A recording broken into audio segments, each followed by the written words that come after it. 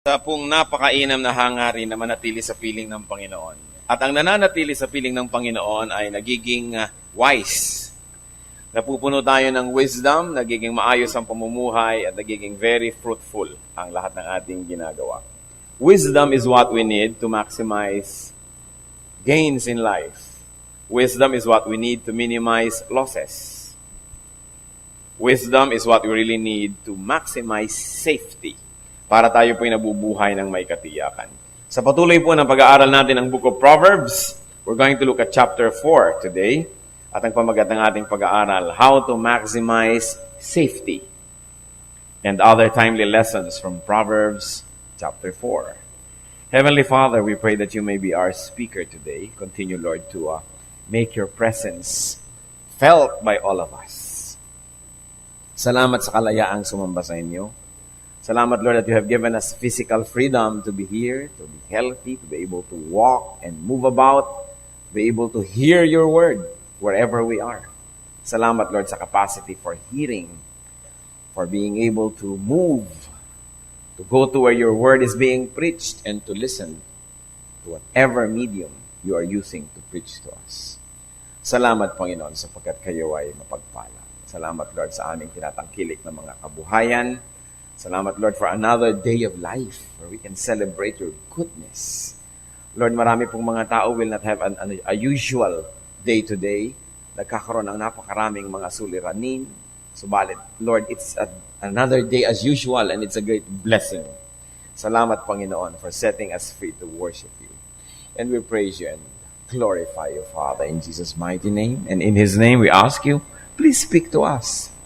Kami po ay nagkatipon-tipon para kayo papurihan, para magdala ng aming mga handog, para magdala po ng aming mga papuri, at upang makinig naman ang iyong mga katuruan. Nawa, Panginoon, ay payapain niyo po kami. Ano mang alalahanin, iniwawaksi namin. Ano mang mga sagabal, tinatanggihan. At ano mang mga plano ng mga masasamang tao o masasamang espiritu, binibigo sa pangalan ng Panginoong Yesus. At kami, Panginoon, napasasakop sa inyo, declaring ourselves to be your people, your protectorate, your church, your family. So lead us, Father. Rule over us. Teach us. Love us, Lord. And help us to grow into Christ-likeness as we understand you more and more. Lord, you ask you, Holy Spirit, speak to us. Enable us to understand. Enable us to concentrate.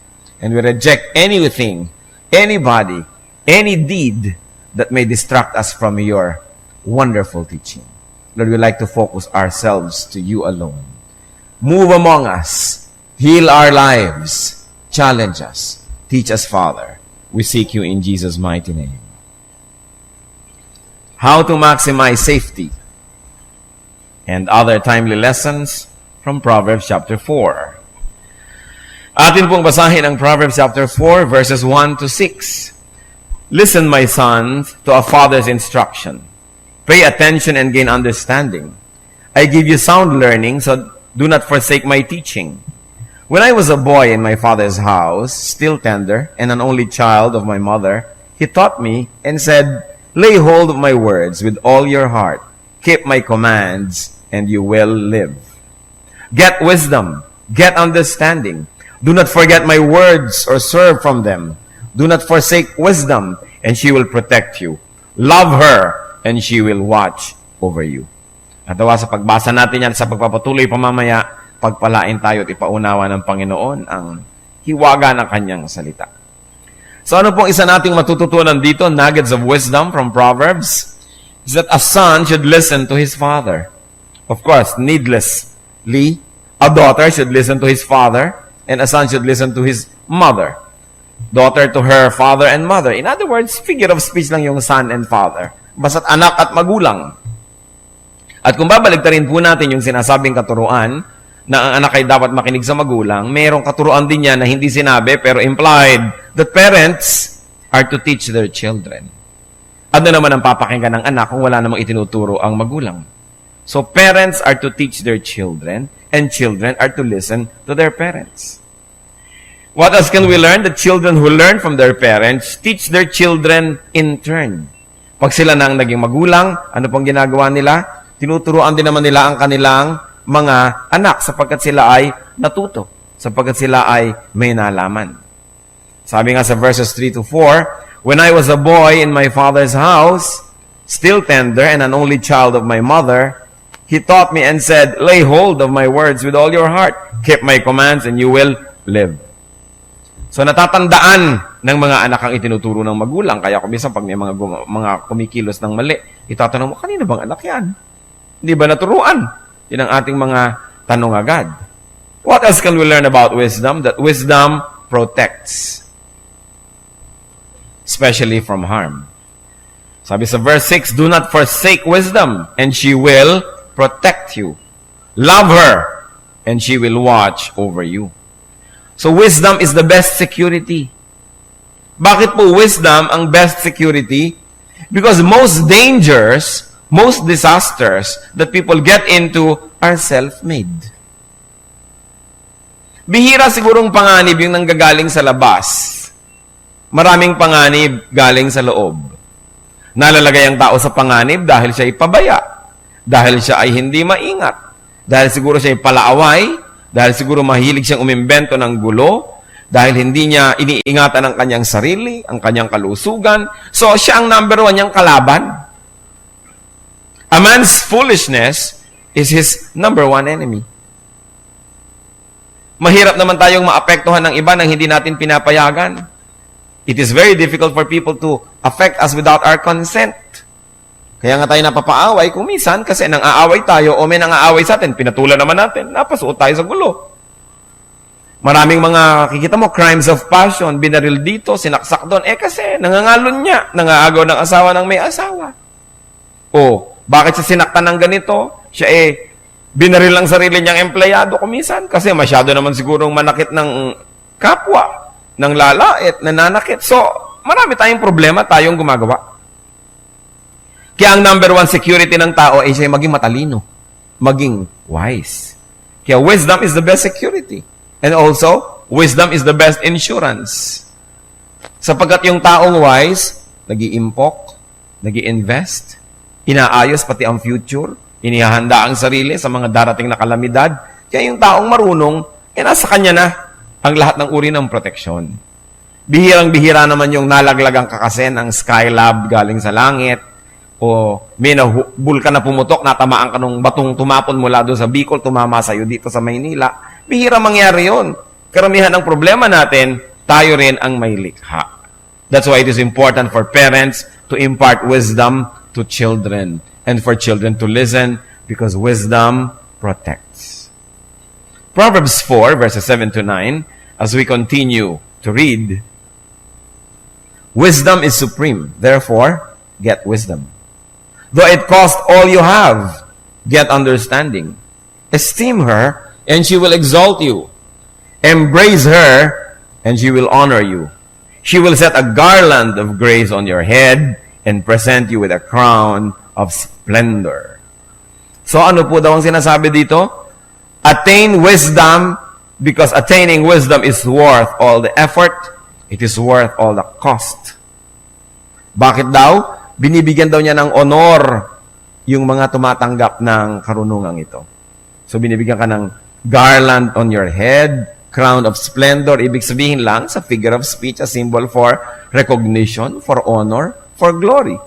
That people who are wise share in God's glory because God is the author of wisdom. So nagkakaroon ng magandang mga ganansya at tubo yung mga nagpapakarunong na tao. So, we should attain wisdom at all cost. Hindi pinanghihinayangan yung mga ibinabayad, iminamatrikula para matuto. At ano po yung mga iminamatrikula at ibinabayad natin? Listening. Mahirap makinig kasi ang human nature gusto nating magsalita at mapakinggan kaysa makinig. Pero kung merong nakinig at may nagsalita, sinong natuto? Yung nakinig. Yung nagsalita, walang nadagdag sa kanya. Kasi siya lang yung nagsalita, wala siyang napulot. Ano pa po ang mga ibinabayad natin na mahal na mga halaga para lang matuto? Observation. Listening, as we have mentioned. Patience. Because patient people learn. If you cannot wait for people to finish their sentences, if you cannot wait for people to say what they have to say, we have no patience, we will not learn from their experience. So what else do you pay? Humbling yourself. Pain and sorrow can be your matrikula. Minsan meron kang pagkakamali, nasaktan ka, yun ang naging bayad mo sa pagkakamali mo, pero natuto naman. Alam niyo po, hindi naman siguro masyadong repulsive yung nagkakamali tayo. Pero hindi naman yung paulit-ulit the same mistake over and over and over again. Yung nagkakamali ka minsan, 2 beses, nangyayari sa tao. Pero hindi paulit-ulit na pagkakamaling yun na lang yun na parang hindi na tayo matuto. Maraming tuition fee to have wisdom, but it is worth it. At kung tayo pipili ng isa sa mga dapat nating willing na ibayad para matuto, listen, be quiet, be still, and be patient. Because sabi nga sa Desiderata, even the dull and the ignorant, they too have their story. Kung makikinig lang tayo sa karanasan ng bawat isa ay merong maituturo sa atin, lalo na yung may mga edad, kaya pinapahalagahan natin ang mga magulang, yung may mga edad na, kasi maraming karanasan. There is nothing like being taught by experience. Hindi po yung teorya lamang, mga ideya lamang sa school, mga hula, mga tsamba-tsamba, kundi yung karanasan. Napakahalaga talaga nun. Kaya, pasalamat tayo kung mayroong nakakatanda sa atin na nagtuturo, nagtsatsaga. Huwag tayong akala mo naging impatient na ayaw natin makinig. Lalo yung mga nag-aral sa mga paaral, nakala alam na nilang lahat. Kala mas marunong pa sila sa mga magulang nila, kung may mga magulang na hindi nakapagtapos sa formal education. Pero ang karanasan, ang pinakamabuting guro. Kaya tayo nakikinig dyan. At kung itutuloy po natin ang pagbabasa sa Proverbs 4, 10-12, sabi niyan, listen, my son, accept what I say. And the years of your life will be many. I guide you in the way of wisdom and lead you along straight paths. When you walk, your steps will not be hampered. When you run, you will not stumble. So ano pa po ang napapala natin sa wisdom, mga kapatid? Wisdom lengthens life. Nagpapahaba daw ng buhay ang karunungan. Maaaring ito'y pagpapahaba ng dami at bilang ng mga taon ng ating buhay sapagkat yung matalinong tao, hindi nakikipag-away ng di kailangan, kumakain ng tama, namumuhay ng tama, natural hahaba ang buhay. At ano pa po? Maaari rin naman na yung lengthening of life does not always mean number of years, but the quality of your life. Na yung taong marurunong, alam natin na ma-appreciate kahit yung ganda lamang ng sunrise, yung ganda ng sunset. Na-appreciate natin yung mga araw na payapa at tahimik. Nagpapasalamat tayo sa Panginoon. Na kahit tayo kuminsan nararatay sa karamdaman, tayo'y nakakapagpasalamat dahil nagkakaroon tayo ng oras magpahinga, makapiling ang Diyos at makaulayaw siya ng halos ay tuloy-tuloy at walang patid, lalo't walang dumadalaw sa atin. In other words, wise people are able to see the beauty of every moment. Therefore, though they may have short number of years in terms of life, there is so much life in their years that, in other words, they have a long life also. At saka yung mga wise people, maraming nako-cover. Parang mahaba ang buhay. Halimbawa, mag-high school ka, tinapos mo ng 4 na taon, sa 4 na taon, marami ka nang na-cover. Kung 3 taon na, nando ka pa sa first year, para namang agsin ang buhay mo dahil humahaba ang mga taon, yun ang pinag-aaralan mo, yun pa rin ang alam mo, parang maiksi, hindi ka umaasenso. Kaya yung wise people get the most out of life. That's why it is important to be always wise. Let's go on, Proverbs 4, 13-17. Hold on to instruction. Do not let it go. Guard it well, for it is your life. Do not set foot on the path of the wicked or walk in the way of evil men. Avoid it. Do not travel on it. Turn from it and go on your way. For they cannot sleep till they do evil. They are robbed of slumber till they make someone fall. They eat the bread of wickedness and drink the wine of violence. So may tinuturo na naman dito ang wisdom. Do not join the wicked in their ways. Huwag makikisali sa gawain ng mga masamang tao. Huwag gagawa at sasama sa mga masamang gawain ng mga tao. Bihira naman po yung makikita nating taong masama siya all the way eh. Kadalasan meron siyang mabuti. May tama rin sa kanya. Kaya tayo'y nalilibang at napapasama rin tayo pati sa mali niyang ginagawa. Kaya selective tayo.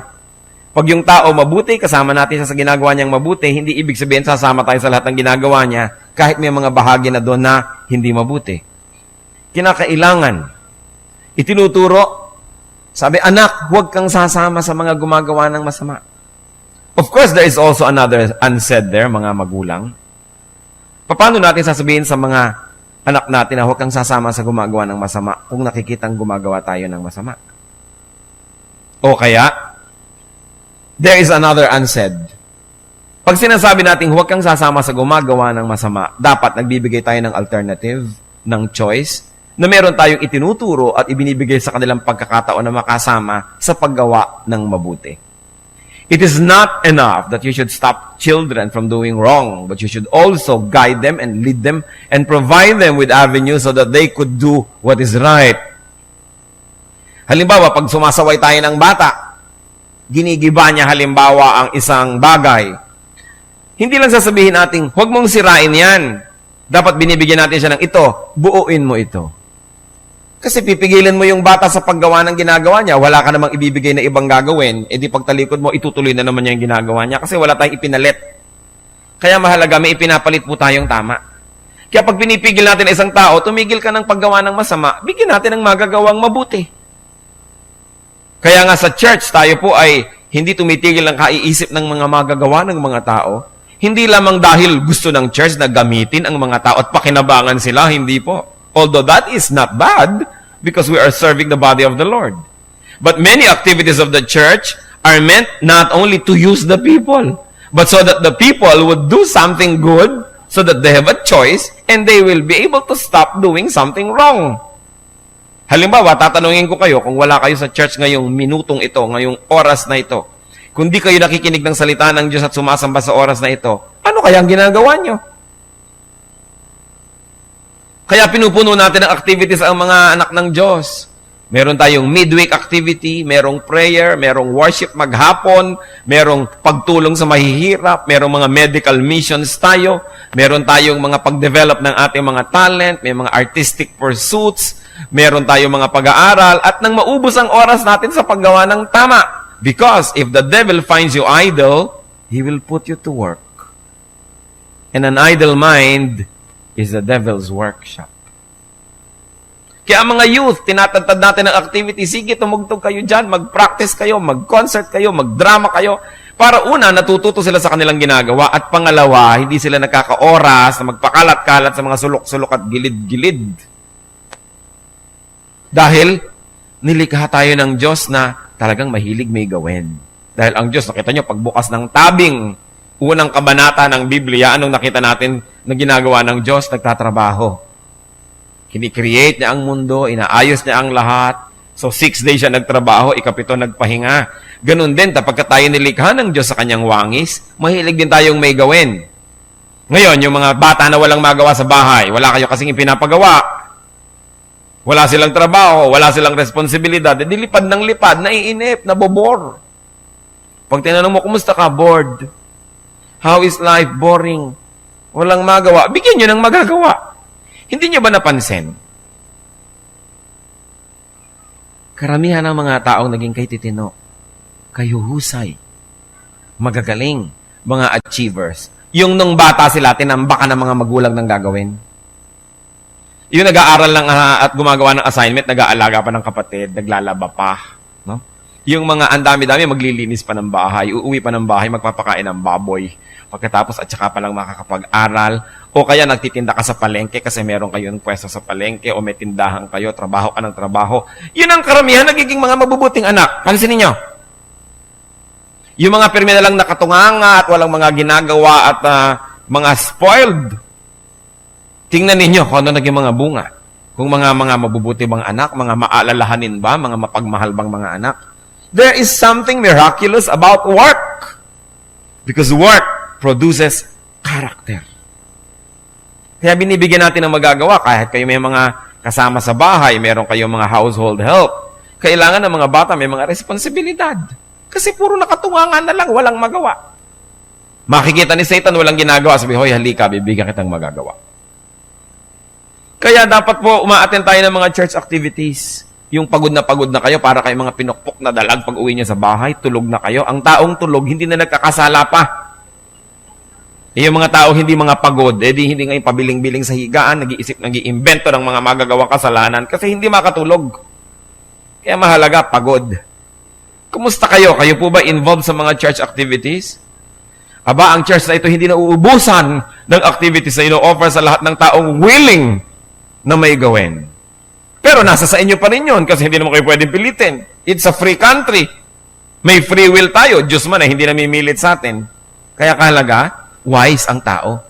Sabi niya, aba, meron palang activities ang church. Kailangan akong sumali.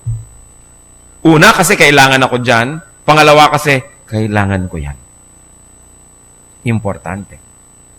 So, do not join the wicked in their ways. There's another way.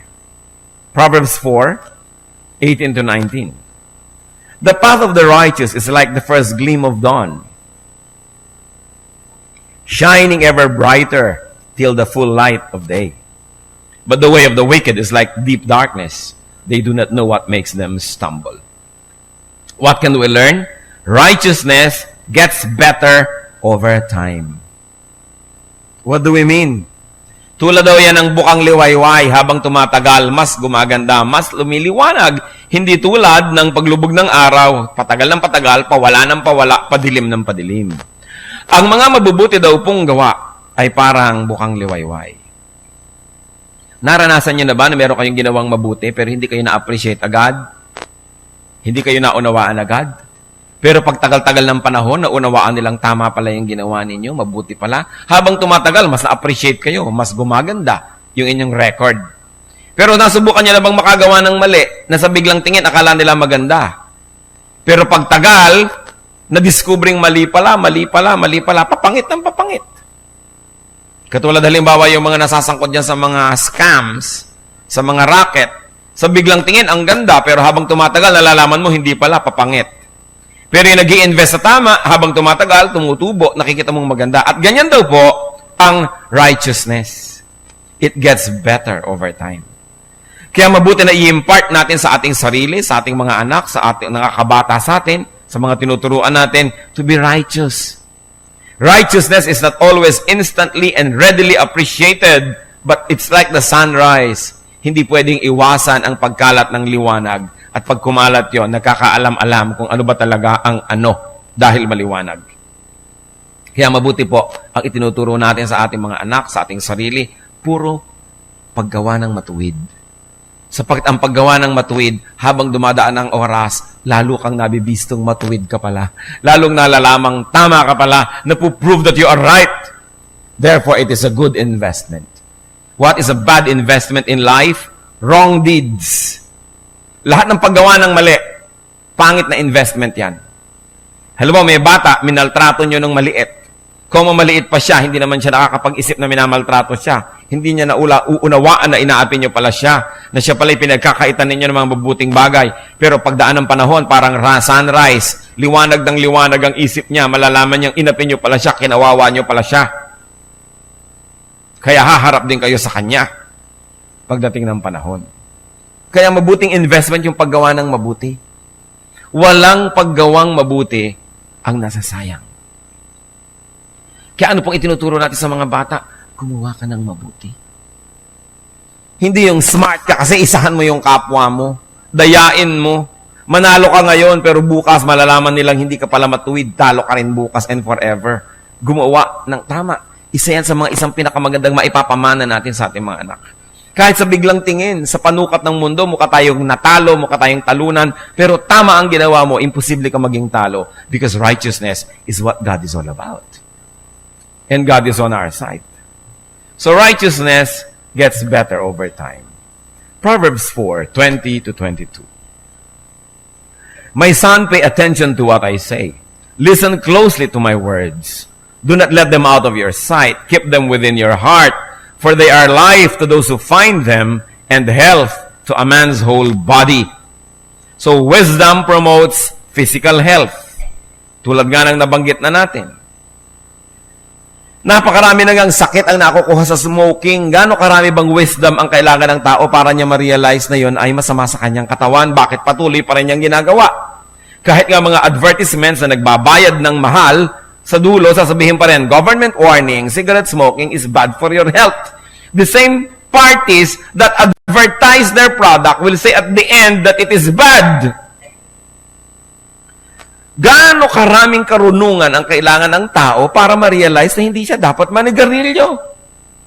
Kung yun mismong nagpo-promote na nun, sinasabi yun dun sa dulo. Tanungin nyo nga katabi nyo kung naninigarilyo pa. Naman. No? Gaano karami pang katuruan ang kailangan natin para lamang matigil yun dahil alam nating masama sa kalusugan. Sasabihin po nung iba, ba't yung mga matatanda sa Ilocos hanggang binti pa ang tabako? Di ba? Pero baka yun na lamang yun. At saka walang chemical siguro yung mga tabako nung araw na binibilot nila. Hindi katulad ng mga inilalagay na chemical ngayon. Pagkatapos, ang kinakain naman nila nun, organic. Marami pang ibang factor sa buhay. Siguro nagpalakas sa katawan nila na wala sa ating lifestyle ngayon. Kung meron man sila naging mga proteksyon ng araw, nun yun, wala na yun ngayon. Nadagdagan pa yung mga pollutants, so humina lalo ang katawan natin. So, hindi tayo mabubuhay ng ganong kahaba dahil hanggang gabinti ang sigarilyo nyo. Gano'n ka hirap maisip na drinking too much, yung mga tao na sobrang natunaw na ang atay sa dami ng ininom na alak. Tapos may nag-i-start pa. And you know what really never ceases to confound me? Wala pa tayong nakitang naging drug addict na tumino ang buhay. Puro nangangayayat, nagkakahumpak-humpak ang mga pisngi, nananakawan ng mga sariling magulang at asawa at anak, nagkakandabangag-bangag ang utak, nawawala ng trabaho, nasisira ang negosyo, ang diskarte. Pagkatapos, meron pa rin ngayong nag-uumpisa sa drugs. Sa dami na nang nakita nating nagkandawasak-wasak, di pa ba sapat? Kaya wisdom promotes physical health. You only have to look at what people do and what happens to them as they do this, as they do that. Kita nyo kung gaano tayo kamahal ng Panginoon, hindi lang yung kaluluwa natin doon sa eternity ang iniisip niya, pati yung katawan natin ngayon. Because the Lord likes us to have life and have it abundantly. Hindi yung basta buhay ka lang pero halos naman nakabiting ka sa balag ng alanganin. Kundi buhay ka, malusog, masaya. Yun ang gusto ng Panginoon. Proverbs 4:23-27. Above all else, guard your heart, for it is the wellspring of life. Put away perversity from your mouth. Keep corrupt talk far from your lips. Let your eyes look straight ahead. Fix your gaze directly before you. Make level paths for your feet, and take only ways that are firm. Do not swerve to the right or to the left. Keep your foot from evil. Napakalinaw naman ito. Kailangan pa kayang pag-usapan nating lahat sama-sama? Hindi pa ba self-explanatory? Napakalinaw. Subalit maraming malinaw na bagay ang hindi natin pinapansin. So ang sinasabi dito, watch your heart. Hindi naman yung ibig sabihin yung physical heart na tinitingnan ng mga cardiologist. Of course, it's a figure of speech. Watch your personality.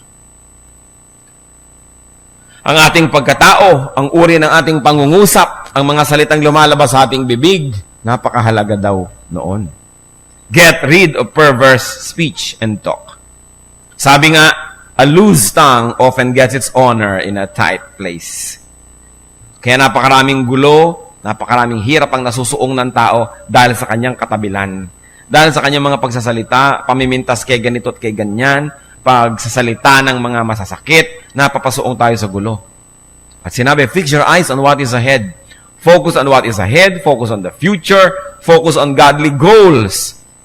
Huwag nang magdrama-dramang bukid sa mga nakaraan, sa mga sentimiento de asukal nung araw. Tama na, get on with life. Sabi, focus on what is ahead.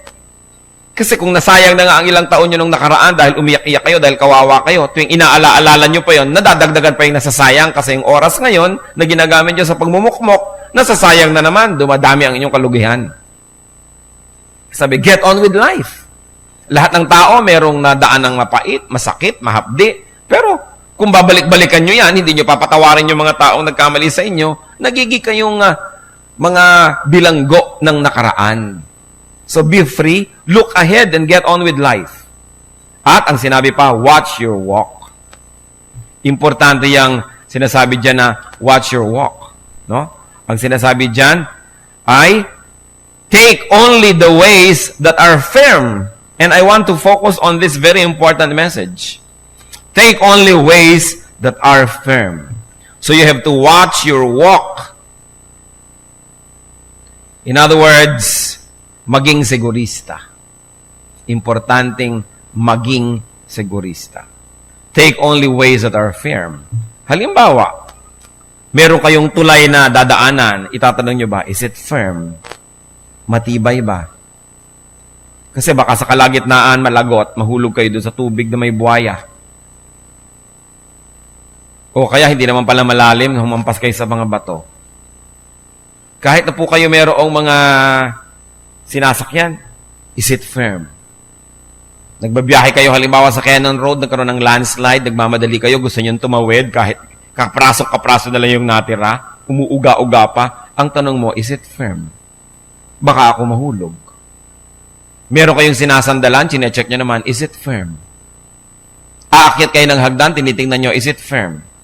So, gusto nyong mangutang, magne-negosyo kayo, ang tanong nyo, is it firm? May feasibility study na ba ako? Mababayaran ko ba yung loan, yung principal at saka yung interest at magkakatubo pa ba ako o baka maubos lang lahat? Is it firm? Magbe-business kayo, magi-invest kayo, is it firm? O baka naman magtatayo ako ng negosyo, yung uso lang ngayon, next week may iba na namang uso, so hindi na mabibili yung negosyo ko. Is it firm? Ilalagay ko ba doon yung mga savings ko or not? Alam niyo naman lalo sa ating bayan, uso-uso. Pag umusong inihaw na manok, bawat kanto may inihaw na manok. No? Pagka umuso yung mga sagu-sagu, meron lahat yan. Pagka umuso yung water filling station, meron lahat yan. Pag umuso ang hot pandesal, meron lahat. Pag umuso ang shawarma, lahat meron. So, nagpapatayan yung mga nagne-negosyo dahil ang daming kalaban eh. So, bago ka makiuso, itatanong mo sa sarili mo, is it firm? Will this fad last? O gusto nyo mag-asawa, ang tanong nyo, is it firm? Ano yung firm? Yung pag-ibig ko. Mahal ko ba talaga yan? Pag na-discovery ko ba kung anong itsura niya sa alas 2 ng umagang walang nakaguhit na kilay, gusto ko pa. Pag naamoy ko na ba yan talaga ng husto at kung maghilik pala yan eh parang bumubulwak na bulkan, gusto ko pa ba?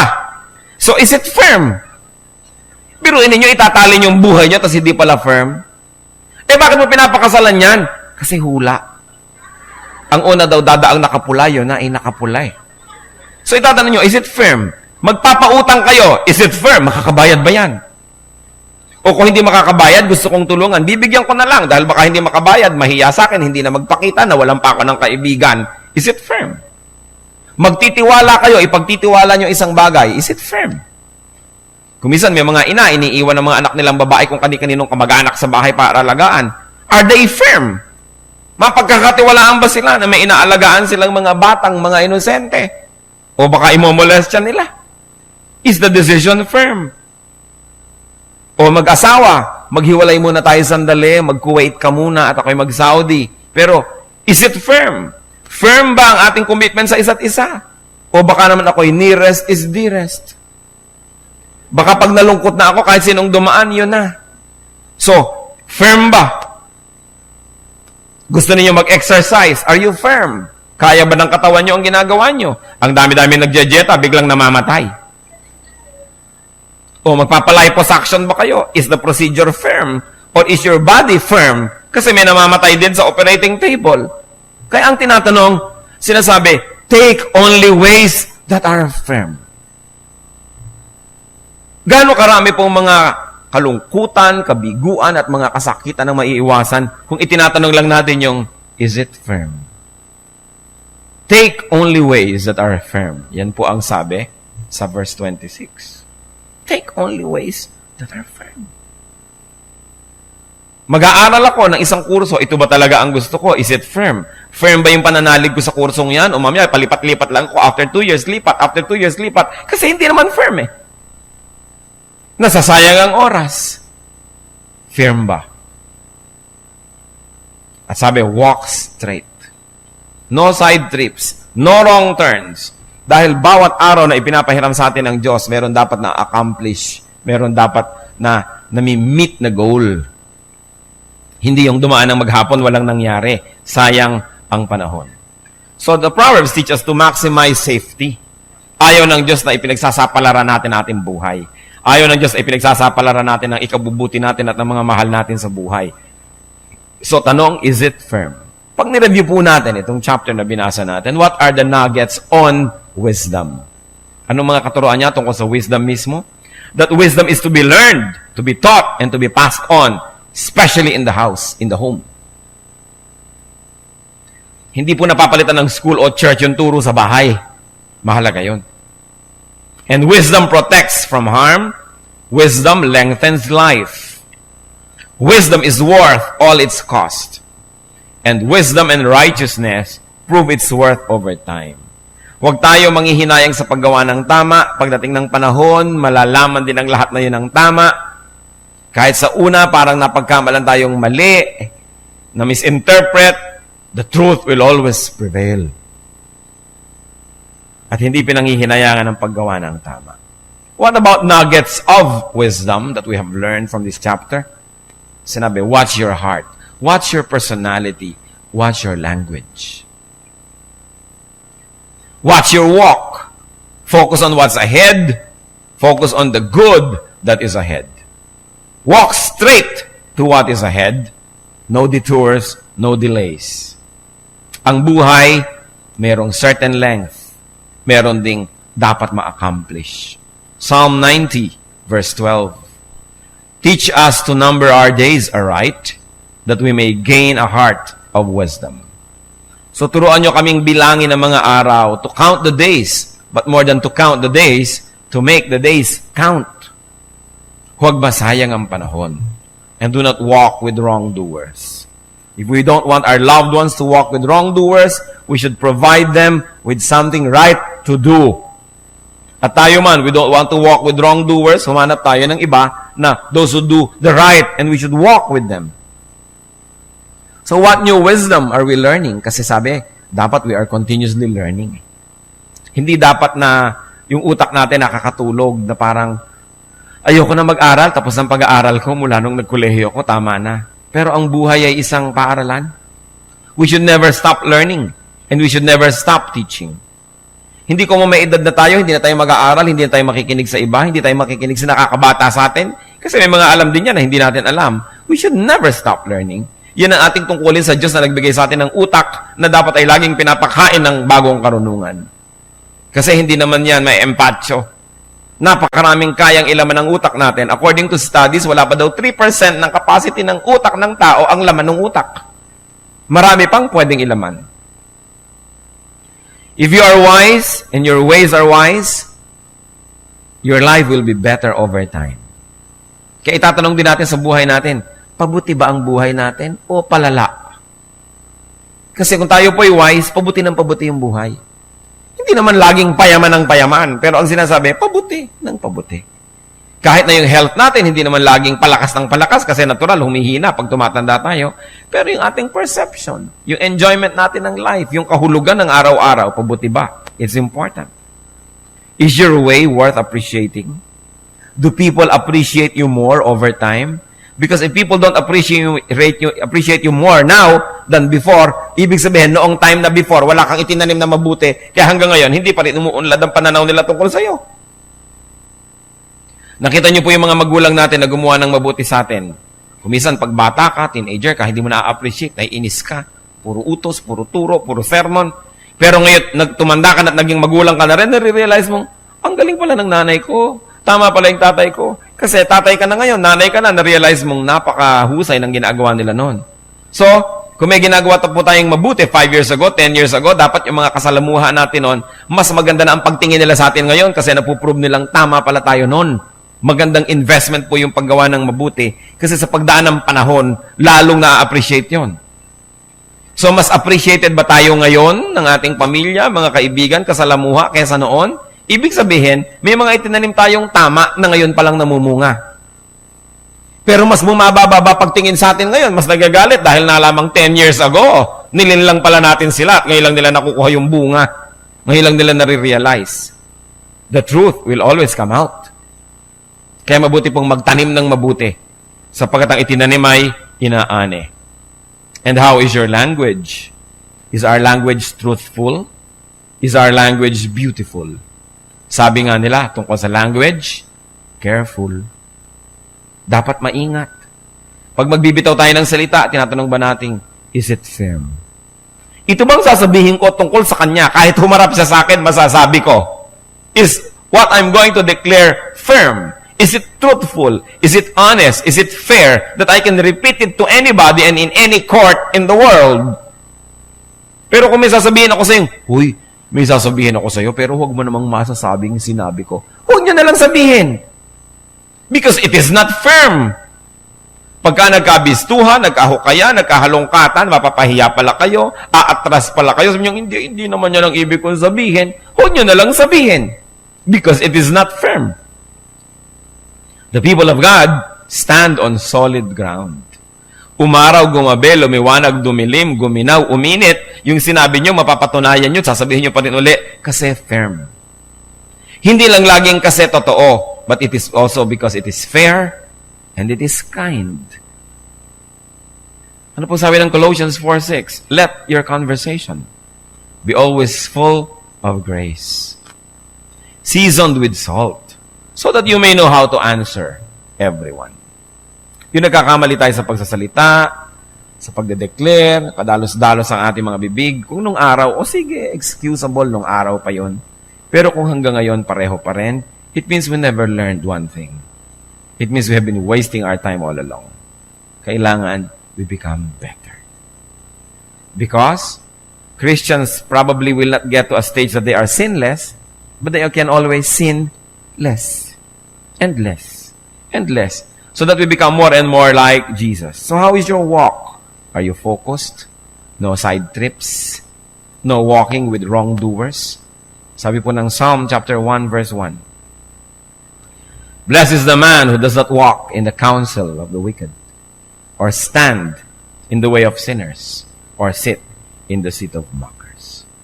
Dear Lord, salamat po sa pagpapaalala niyo sa amin dito sa mahalagang chapter 4 ng Proverbs. Napakaraming learning, but we like to put more focus, O Lord, on taking ways that are firm. Ituro niyo po sa amin ang mga carelessness namin ng aming salita, pag-iisip, gawain, mga habits, paggawa namin ng mga bagay, Lord, that are not firm. Nalalagay tuloy kami sa alanganin, sa panganib, sa kasiraan. Ituro niyo po sa amin, Lord. Mga kapatid, tayo magbulay-bulay sandali at isipin natin, are our ways firm? Mga sinasabi, ginagawa, sinasalihan, sinasamahan, firm ba yan? Magtatagal, pwedeng asahan. Humingi tayo sa Panginoon ng wisdom na ipakita sa atin yung mga pagsusugal natin ng very carelessly about many things in life. Sa ating kalusugan, sa ating buhay, sa ating ikabubuti. And ask the Spirit